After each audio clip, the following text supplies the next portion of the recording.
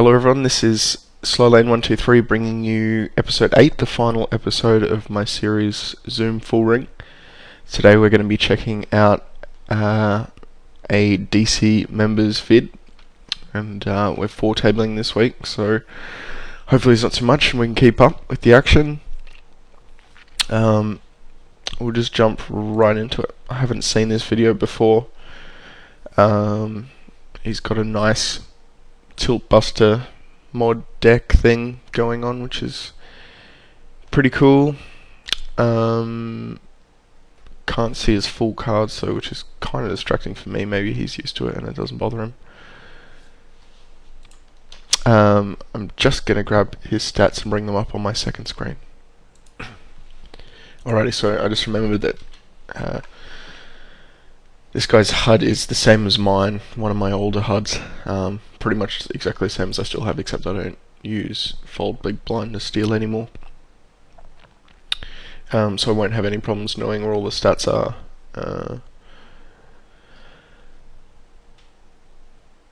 The hero here plays extremely loose. He's been mainly a heads-up player.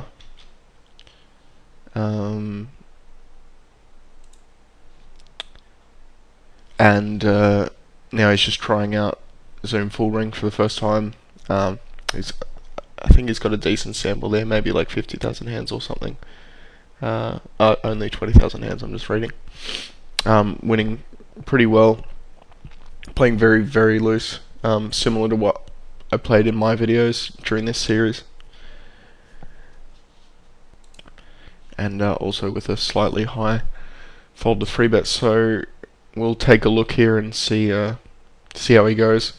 He's also just inquired to me about coaching as well, so I'll be paying a very close attention to his game to see what's what for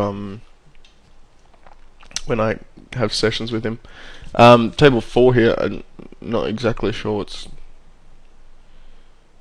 going on. So that minus that is going to be 7, so there's $2.80 in there already. So it's just a single raise pot. We seem to be check raising this board. I don't really like this. I don't expect to get a lot of fold equity. He's going to have a lot of gut shots, a lot of overpairs, some flush draws, maybe just some overcards that he'll float with. So unless he has some sort of specific dynamic with this player or something else, then I'm not a fan of this play. When we have basically no equity. This is probably a difference between heads up and full ring, is that players are going to have much stronger ranges at full ring.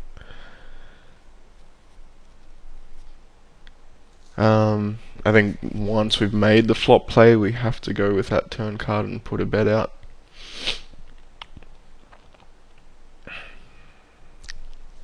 Especially given that out of position, we're very likely to be check raising our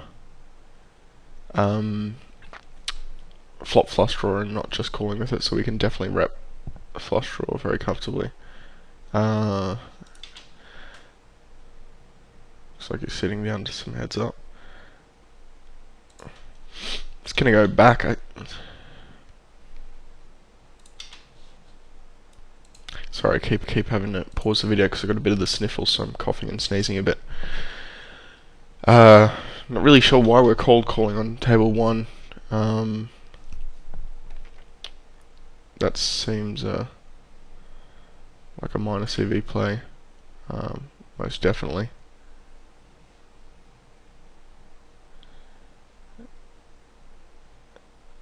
We're sitting down a heads up battle and raising the button as you do.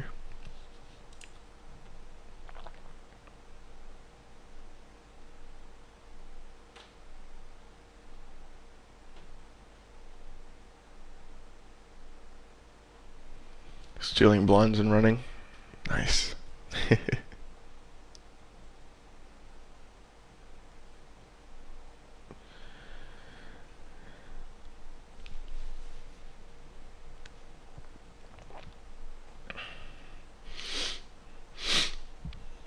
Not really sure what the plan was with this ace-8 suited. It's just an easy fold pre. Our hero should also add a decimal place to his 3-bet stat, which is the first stat on the second line. When you're dealing with such small numbers, you need to add in a decimal place there, so you can establish the difference between a 3.5 and a 1.6. Yeah, 1.5% 3-better, or 1.4 even. However it is, rounding up and down. Standard cold call on table 3.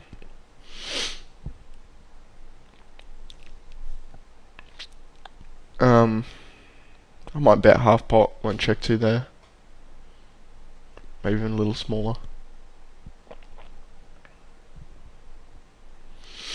Expects us to have the best hand here, nearly always, once it gets played this way.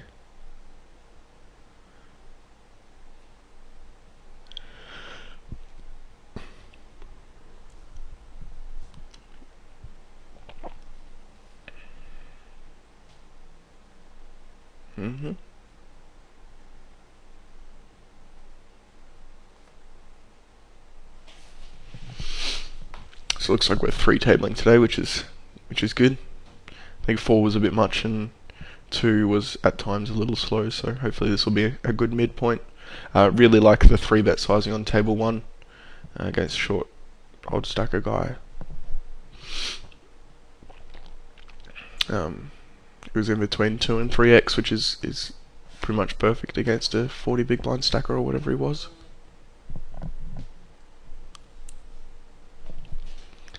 Mandatory isolate on table 3.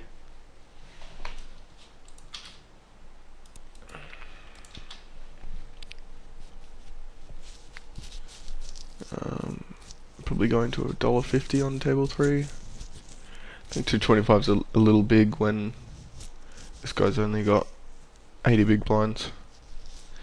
Should be making your isolation raises relative to the opponent's stack size, and sometimes I'll just be a little bit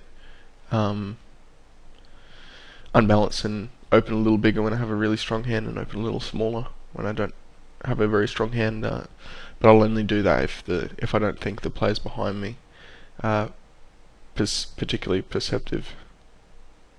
Players who I generally consider not particularly perceptive are just mass tabling nits are the most likely, I guess. Obviously other weaker players and fish are not going to notice that I'm isolating smaller or bigger depending on my hand strength. And if there's good regulars, then I'll just keep one standard raise size most of the time.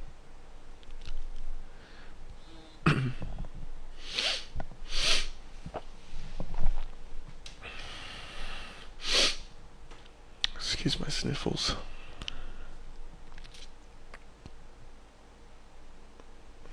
I'm just going to jump back on table. So $1.75 open, under big on 1, looks fine. Probably not c-boarding this board against this player. Jack 10x board's just generally pretty terrible to c-bet because it smacks such a huge percentage of a person's calling range. So, I mean, he's calling with any gut shot. Pretty much any overcards has a gut shot. In fact, every overcard combo has a gut shot. Or has some sort of pair or whatever. We just have no equity, so that would be a board that I would just be checking and giving up on and hoping that this guy's his stats are showing pretty bad over a small sample, so just hoping that we can just get to showdown because he'll be bad enough to check down something worse.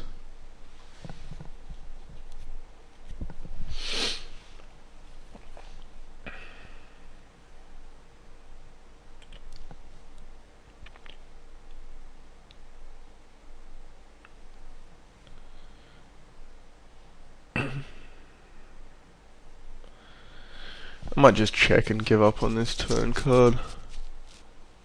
I have no idea what's going on. I thought he was about to overbet. I was like, what is he doing?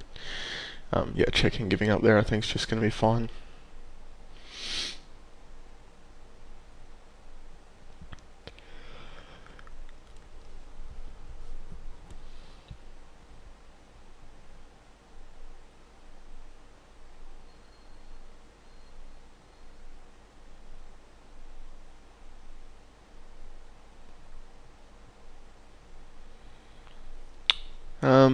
Looks like a pretty good spot to squeeze in table 3. Around 550 or so would be good.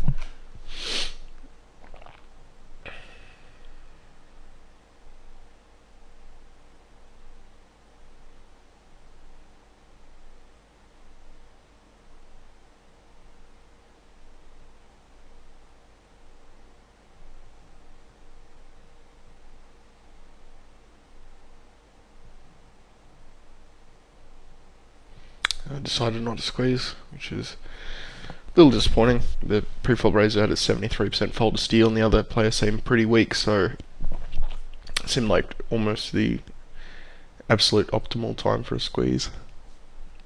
When the pre-flop raiser is very likely to fold, and then the fish may fold, but we don't really mind if he calls.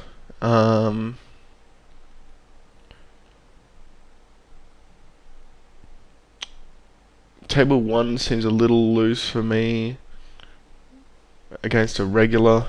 Against a fish, I'd probably be 3-betting to isolate. And there's just regs behind. There's one unknown on the button, but we don't have position on him, obviously, so not much value to cold calling here. I'd just be folding this pre.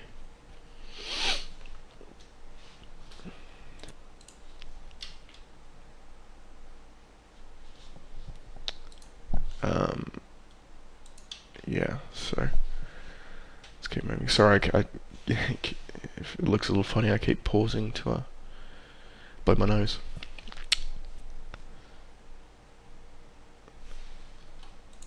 I'm not really sure what's going on table 1. We need to have bet at some point by this stage. Which is giving him a free look at cards when we haven't beat pretty often. I'd say once a reg checks his board twice, he probably has something like 7s, 8s, 9s with some showdown value.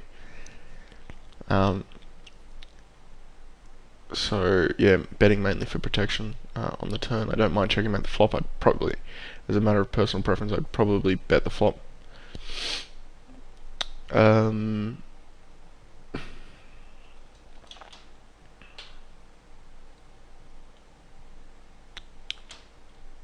That seems really big on table 3 here versus an unknown with an odd stack size. I don't know if it's a bluff or for value or a blocker or protection. I'm not really sure, but I feel like if we bet smaller, we can be completely unbalanced and bet small, like $1.50, and this could be opened up to being a value bet. Here, I think it's pretty much just a bluff, but I'm not sure that he'll ever fold anything better. So it just seems way too big here.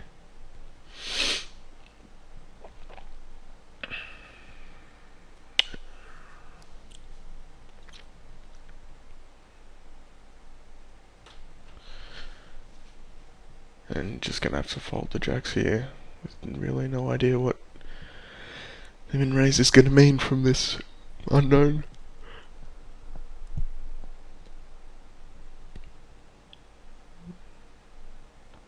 Opening 4x from under the gun 1 is fine. As I said in a previous vid, I went back and forth doing that when I was playing a lot of full ring, and I don't really mind either way. This is probably a good spot to check, I would think, on the flop and decide. I mean, this player's got playing quite loose and kind of aggressive over a small hand sample, and I feel like betting here is just basically turning ace-king straight into a bluff. I think check deciding would be better, using his aggression against him. You could potentially check call if you expect him to barrel off a lot, especially when you're hitting kings and aces on the turn, and he's just going to use those to barrel. So, and Yeah, we've obviously got shadow value with the nut no pair. I just feel like when we bet, we're getting called a lot. We don't have any backdoors other than some a backdoor gut shot and just the straight pair draw. I mean, yeah, I would just check this flop and decide on what to do depending on his bet sizing and timing and whatnot. I'm not entirely sure what happened here on table 1. I'm going to duck back and take a look. Probably don't need to raise that big. This hand I might be unbalanced against an unknown player and just raise this big when I have like ace 10 plus, but 7-4 off I'd just be raising small like $1.25 and just hoping he's limp folding to no matter what size. Once I get that flop, I'm just going to bet like $1.50 or so. I think that's too big. He's from Russia, so who the hell knows what he's thinking. He's obviously been drinking a lot of vodka, so. It's really trivial line, and I expect to see some weak King X pretty often here. It'll be interesting to see what our hero does here. Getting 7-1 or thereabouts. I don't really hate a call for information, but I don't expect to be good very often. I don't hate raising. I'm not sure that size will get him off.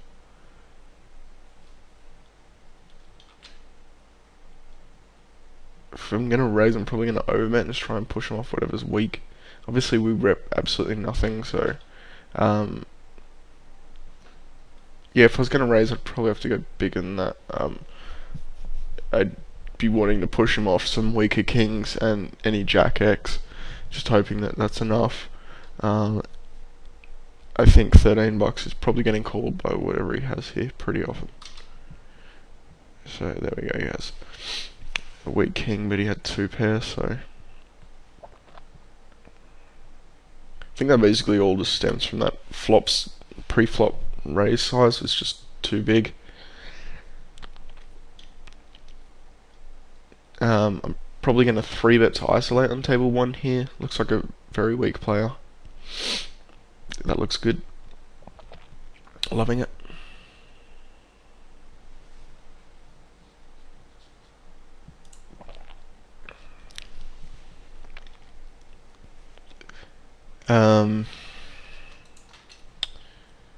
Yeah, I'm gonna bet against this cold caller was a weak player as well, so I'm pretty happy betting with a lot of backdoor.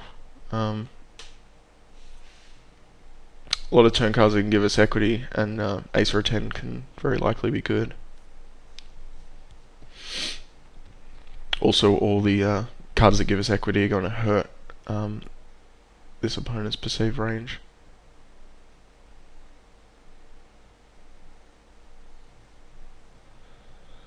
That's a card I'm probably just going to give up on. That's a total brick. I don't mind going again, but I think the times I would go again would probably just be the times when it came at Jack, a King, a Heart, or make a decision on an ace or a 10 whether I'm going to bet it or check it back. So, whilst I think we do get a decent number of folds here, I think when we're just playing in a vacuum, I'd rather not just be sort of just betting and hoping. I'd rather have an actual stat or some sort of history with the player to know what their tendencies are like here with 9s, 10s, jacks. As it is, I think it's too big. You've now got like some crazy awkward river sizing. So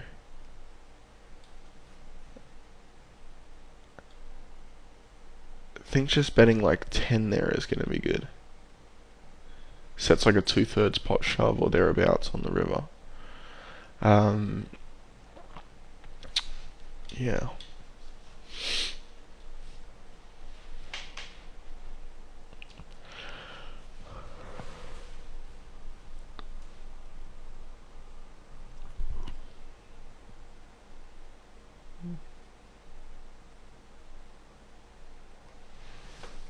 Okay, I'm gonna.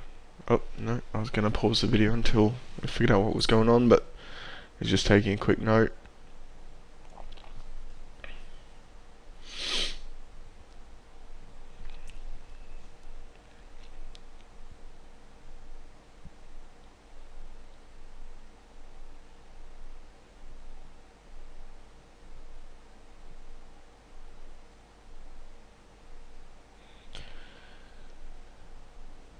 Whoa.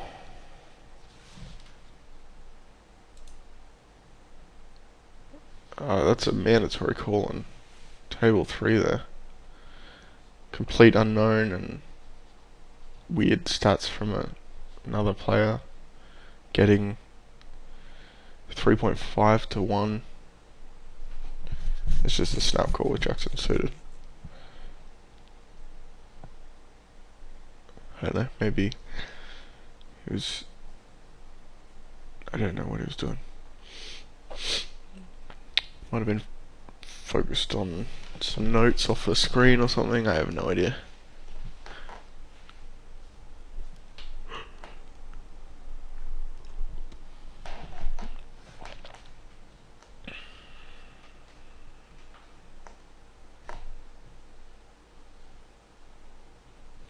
So far I'd say there's a lot of good stuff coming out of our heroes play. He has really good aggressive lines. Yeah, really pushing aggression on players when he feels like there's the opportunity to do so. I have no idea what in the world is going on table 2 here.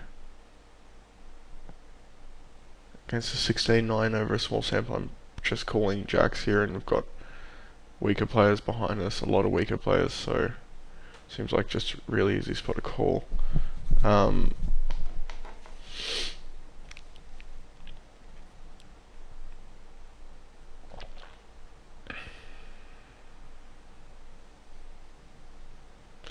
Once we get to this spot, I'm probably just going to play a little pot control here and check back and consider a river bet depending on the river.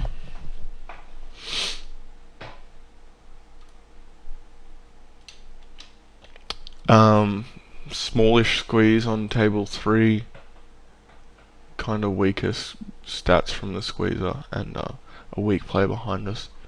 I don't mind calling here, it's kind of close. He depends on his reads on this reg, or this weaker reg, and if he has any reads on this, or any history with this other weaker player that is in the hand. We decided to bet on table 2, which is really effectively turning our hand into a bluff, I think, unless he has some sort of specific read on this guy. So it looks like it's becoming fairly obvious that our hero is a very aggressive heads-up player, and really just likes to push any equity or push, any weakness he feels in his opponents. Try and get folds. I'd be willing to bet that his red lines probably break even at worst. I would think. This would be a good spot to donk on table 2. Good to see that. Sizing looks fine against 2 weak players, and probably just going to go the same again, around $15. Oh, he's got a typo. What's going to happen? Is he going to notice it, or isn't he? Is he, or won't he? This seems a little small. I'm not exactly sure what the difference is between $12.99 and $15 is there. I don't think we get any extra fold equity, so we may as well just bet big when we have the nuts, and the guy was 75-0 over a small sample, so just don't expect him to fold a lot. Looks like an okay spot to donk on table 3. Be better if there was a spade on board, but I still think it's probably okay with this. A lot of people go, well, how do you decide to donk there? And basically, one of the best spots to donk, especially in multi-way pots, are when we don't have enough equity to bet, but not enough to check call. might have just checked and let him bluff that river. I don't hate betting, but against someone who's got 75 aggression over a small sample, I'm just going to assume they're kind of a psycho player and going nuts. So it looks like we 3-bet on table 2 here.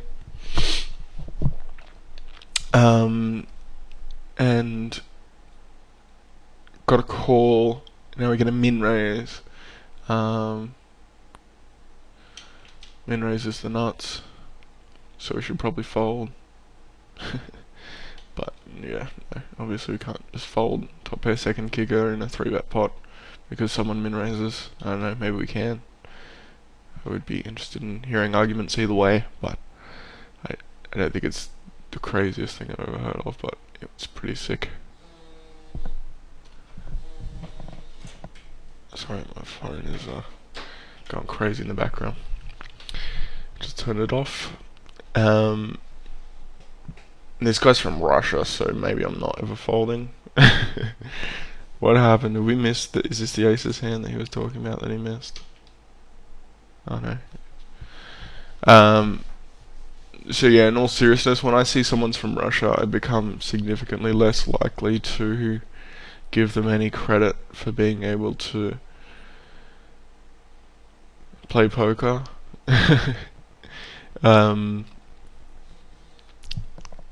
There's probably no chance I'm folding. I don't know, maybe our hero won't have noticed that he's from Russia. I think in a vacuum this fold, in vacuum plus Russia information.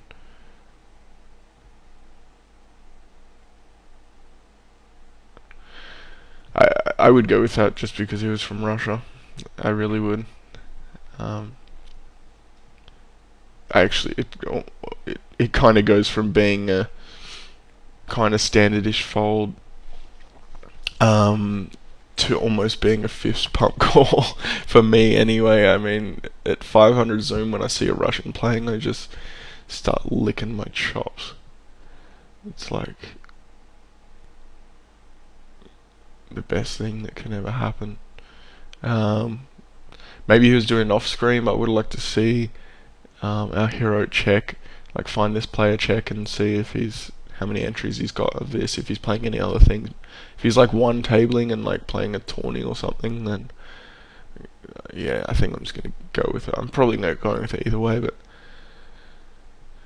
I think in a vacuum it's a fold, but given that we had the Russia information, I'm not sure that our hero noticed it though. He kind of just quickly hovered over the location. 354, 450, anywhere in that realm on table 1. Flopping sets left, right and center. I'm gonna go big here. I'm gonna go...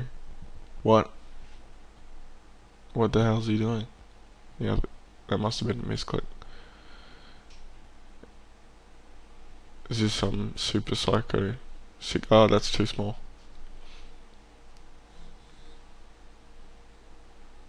Thank you. I'm glad he's listening to me over Skype while he made this video 8 days ago. I like that sizing. That's good. 18 to 21, I think is fine in this spot.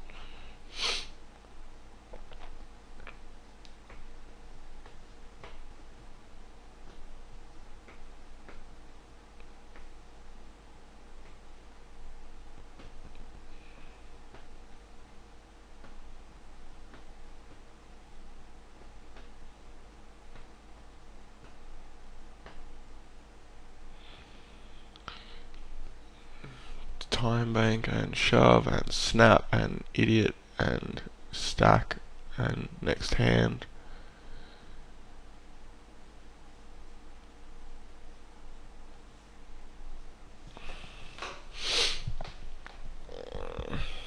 So far so good for this vid. Some very nice play, really good aggressive loose play, kicking in, even taking some more aggressive lines than I would generally take. Borders on insane aggression, but I think it's all good. I think he's playing some pretty solid poker for someone who's only had about 20-25,000 hands of full ring.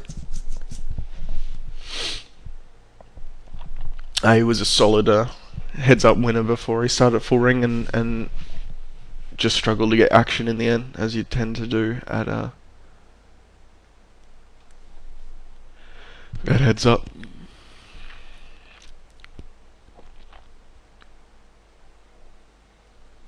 It's just an easy fold on table 3 here without any specific read. I'm just vacuuming a 13-10 with a 3% 3-bet here and a 6% 4-bet.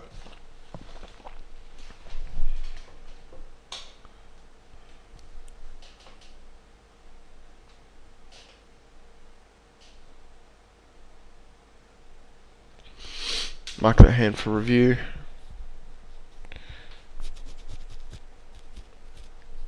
So there's a few things I've noticed from this vid that I like to see. Marking hand for review is pretty cool in that sense. Good, bad, whatever it is. He's getting a timeout on table 3 here.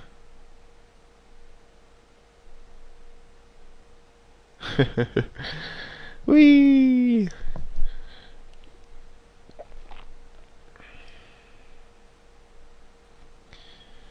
In his email he put that he times out on aces as a cold 4-bet, and then he plays like a tilted monkey for the rest of the video. So this should be interesting to see what this player plays like when they're in tilt monkey mode. He didn't say tilt monkey, but he did say he get a little tilted by that. Advice for that situation is just not to worry about it. All you can really do is laugh. The time bank at Zoom is pretty tilting, and especially at these stakes. It's very quick, it's like lightning.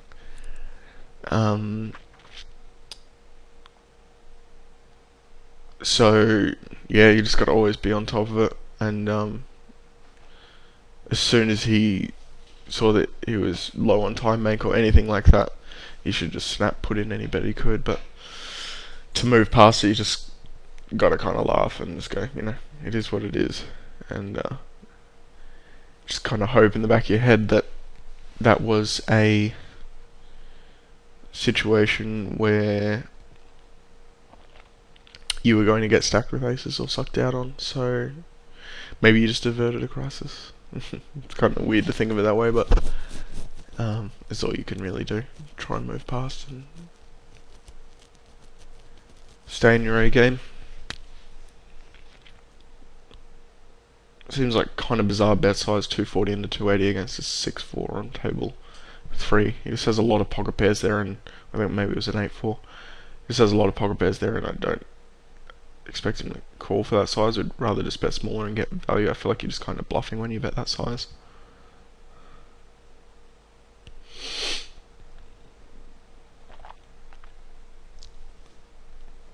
Seems like a good spot to squeeze on table 2 here.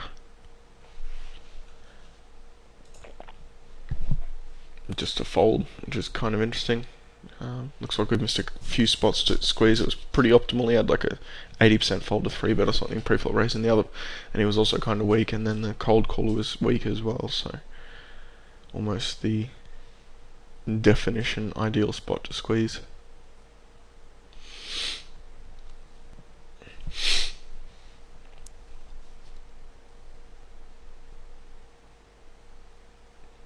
He might not be squeezing as much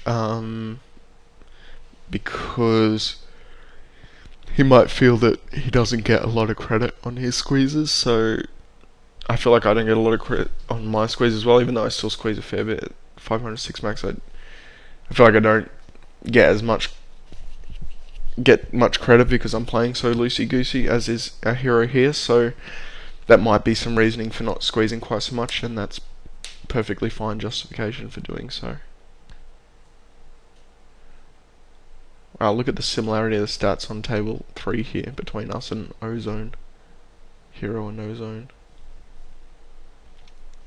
Kind of crazy.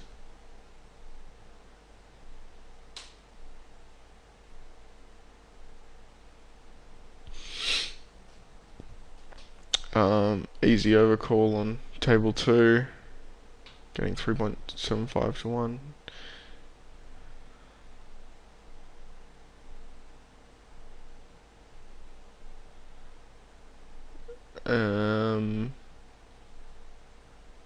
Squeezing seems okay. I'm not sure why we would squeeze 7-5 suited out of position in this spot and not squeeze ace-jack suited in position against an ideal spot. That seems bizarre to me. Timed out in the end anyway. Easy overcall on table 3.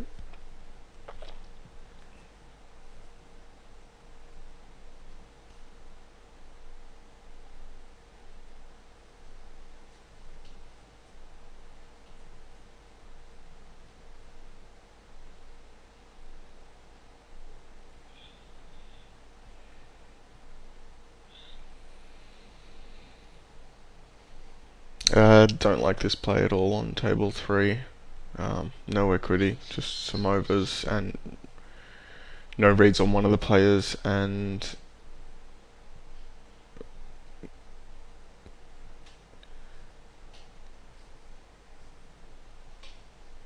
really just kind of a suicide bluff there when we have no idea what the other two players have or are planning on doing, and we have no equity. I'd rather if we had at least a gut shot or something like that to run with. Doing that cold there just seems like a bit of overkill.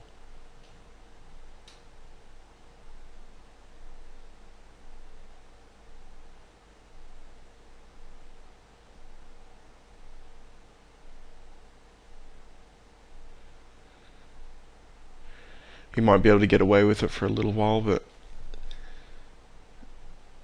I'd imagine that any kind of half decent reg will catch on to that very quickly. You're check raising a lot in multi-way pots.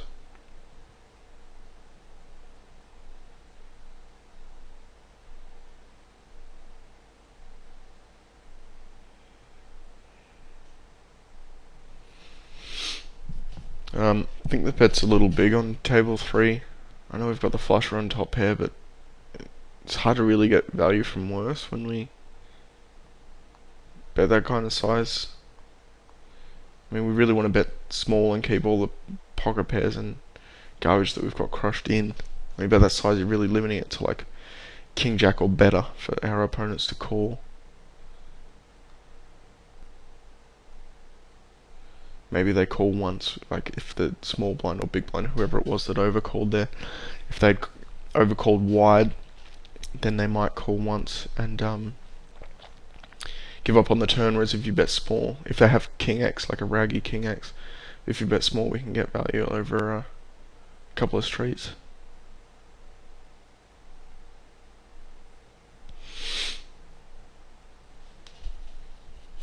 Looks good on table 2 there. Perfect spot, check back the flop and to bet the turn we turn the flush draw, and it's a seemingly scary card for our opponent. Probably just bet a little smaller on this really dry board on table 1, like 350. Oh, there's 3 other players, I thought there was only 2. Yeah, I'd probably just check and give up on that one. If it's this guy is like pretty aggressive, then over a small sample, then I don't mind check calling. Pretty good turn card because it's gonna give our opponent a lot of gut shots and stuff. I don't really mind any of the decisions there.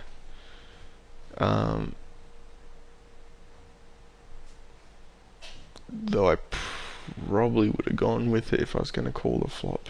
I'm calling the flop. Usually you're going to be calling the flop there because you think your opponent's just betting with it, and the turn card gives us extra equity and gives him probably more equity with a worse hand very often. So this is going to be an easy raise on table 2 here.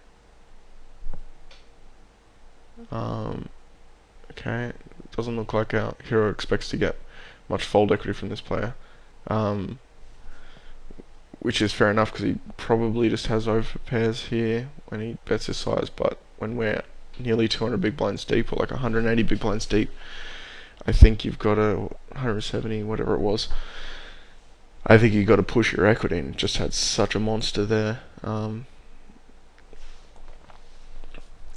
This is my old HUD, so I don't actually have Winter Showdown in the HUD stats, unfortunately. But race size looks good on table 1. But I'd be going a lot off his Winter Showdown there. If he has the ability to fold, if his Winter Showdown is low, which I expect it to be, being 7-6, then I'm just going to push any equity I have.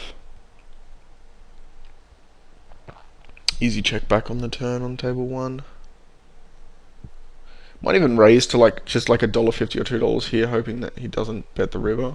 Though he just seems to be min betting, so I don't really. I feel like when people min bet here, that they often bet a different size, like a bigger size on the river.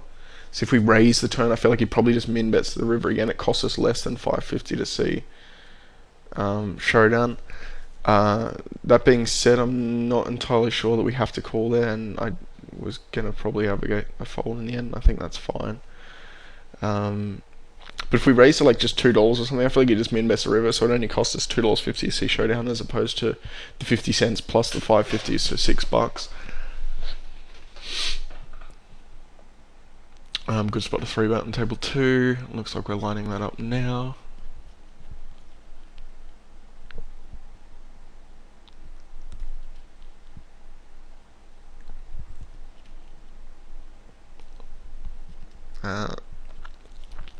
It's ended up calling. Maybe because we're deep. Probably would have check raised that flop. I'm not really happy with the way this hand's been played at all. Guy seems kind of aggressive over a small sample, so I don't mind checking the flop. As opposed to donking, I would donk some percent of the time, especially if it was slightly less aggressive, I'd be donking, but as it is, I think check raising is going to be pretty mandatory on that flop. I think we pretty much butchered that hand. If we're going to check call, then I'm going to lead the turn.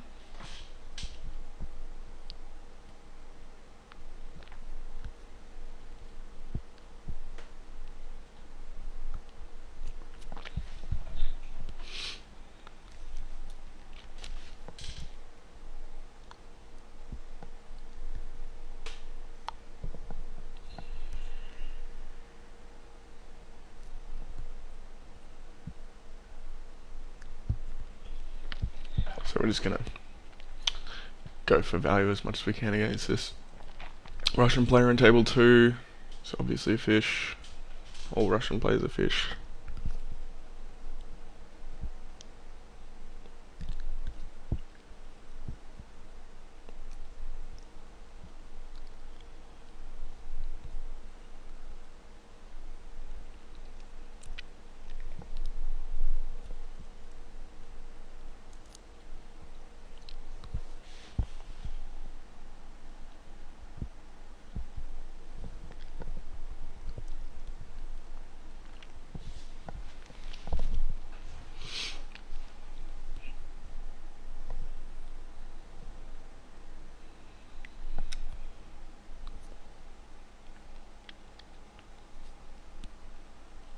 Not a lot happening, just waiting for some action to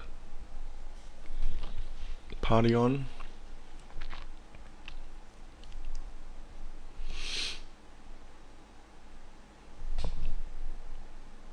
Fantastic spot to 3-bet on table. I don't get that. I don't get the cold call. This is far too weak a hand to be cold calling with, really, regardless of the players behind us. When our opponent has a fold to 3-bet of 92%, this is just a mandatory raise. Ace 10 suited or something like that I'd call with and go multi-way. Ace 2 suited plus, but Ace 3 suited is just too weak.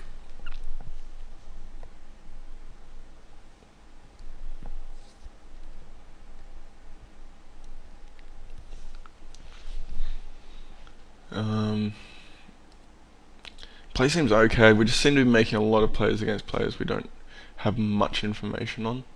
I think picking up on weak bet sizing is very good so far from our hero here, but might be pushing a little too far in some spots.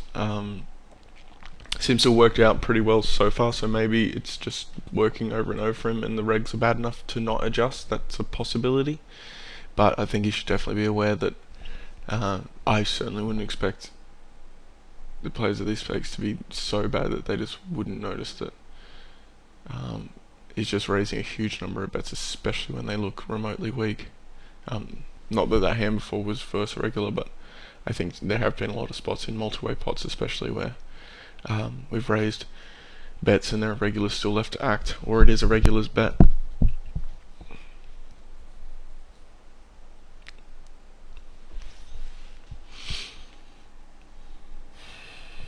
Seems fine on table 2, pretty standard.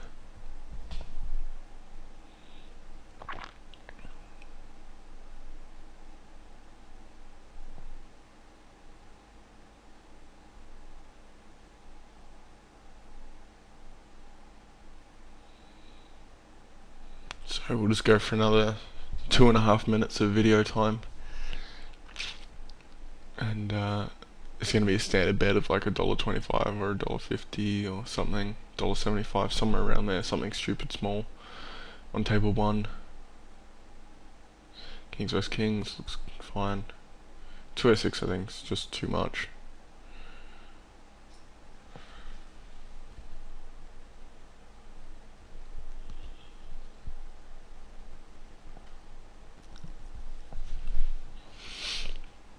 When really all we're getting folds from there are pocket pairs and like low suited connectors that he called with. I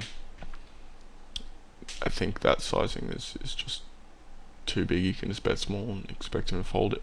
Definitely fold or definitely call. He's obviously calling with any pair or any gut shot or whatever.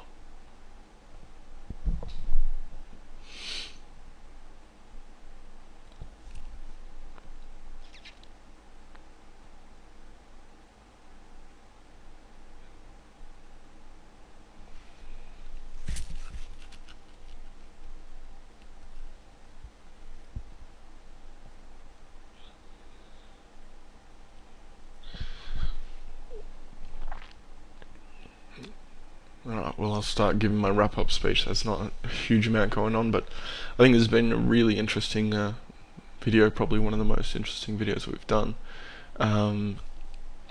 Just given that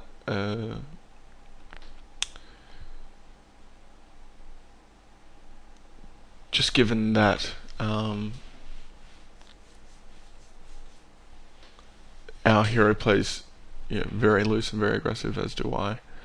And it's interesting to see his interpretation of different lines, different bet strength, different bet sizes, and the strength that they hold, and whatever else.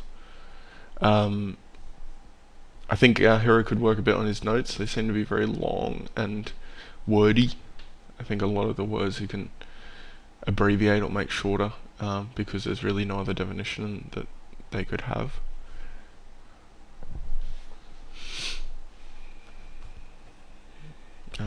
Isolate a bit smaller on table 3 due to the stack size.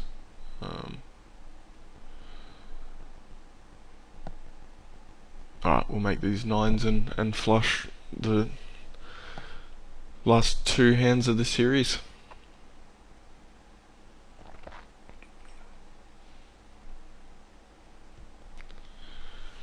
And I'll probably just give up on the 10-9, yep.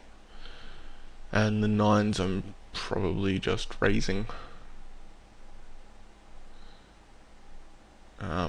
I'd like to raise there just to maintain control, really drawy board, and seemingly aggressive player over just 16 hands, but still he's been aggressive in those 16 hands, so and he's played 50% of them, so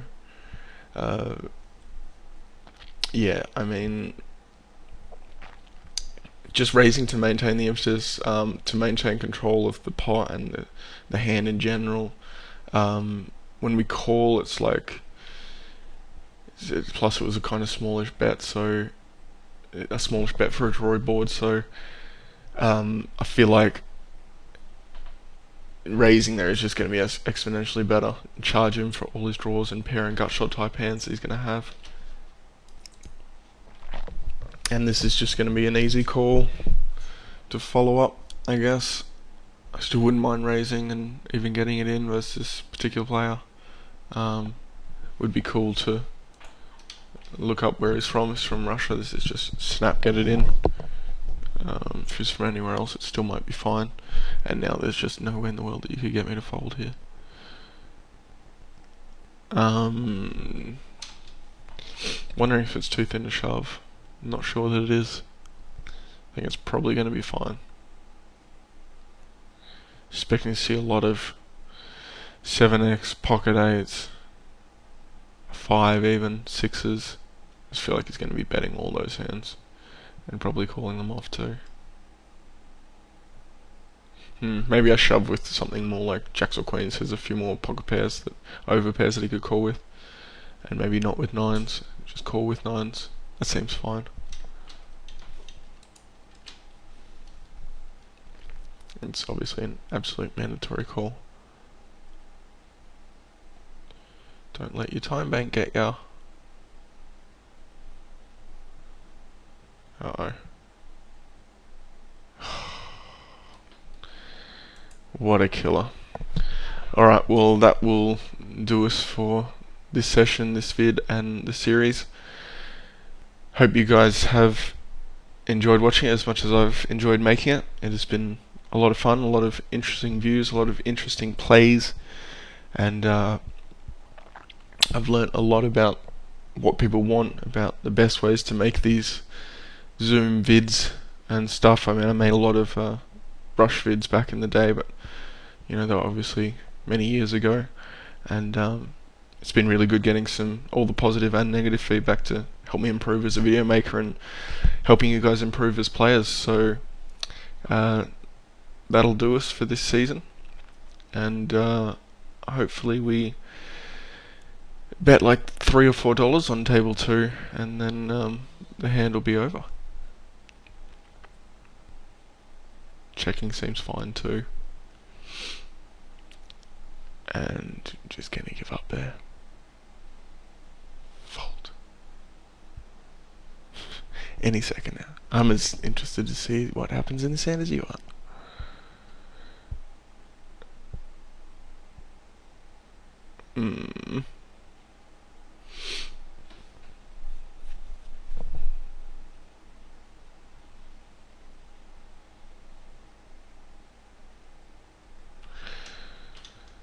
Fair enough. Alright, not too much to comment on there, really. I would have just folded the turn, but had some sort of specific read in the notes, so decided to go with it and felt he could do something on the river if he wanted to, or potentially have the best hand. So that'll do it for this season. This is Slowlane123 for deucescrack.com. See you next time.